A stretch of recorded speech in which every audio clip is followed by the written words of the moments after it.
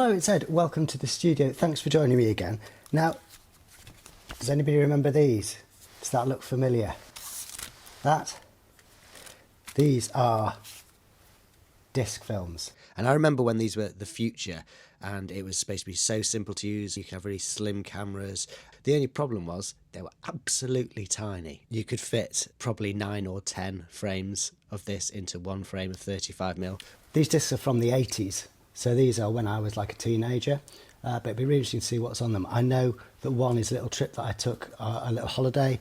One is a bike ride. Let's go to the light box and see what there is. I'm going to set up the tripod in the usual way, as if I was scanning 35mm negative. But as you can see, even when I'm really up close using my usual extension tubes, the scan is going to be tiny and the resolution is going to be tiny, but that's kind of what it was like. What you're looking at now are the discs once they've come back from the developers. When you actually bought them in the shop, they came in a sort of plastic sheath.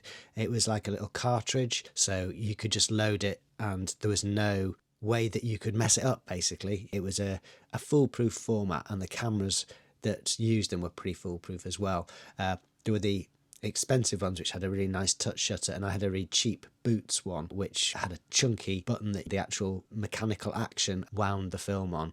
I'd be really interested to hear what you think about disc film, whether you used it back in the day. Let's just have a quick look at a couple of frames from this scanned disc, just so you can see the kind of quality that it produces. So you can see it's not bad. The colour rendition, obviously this film is pretty old. I don't know if the colours have shifted a little bit, but they're fairly accurate. But the size is just so small. You can see, if you look at the size of the raw scan, how much of the frame is left.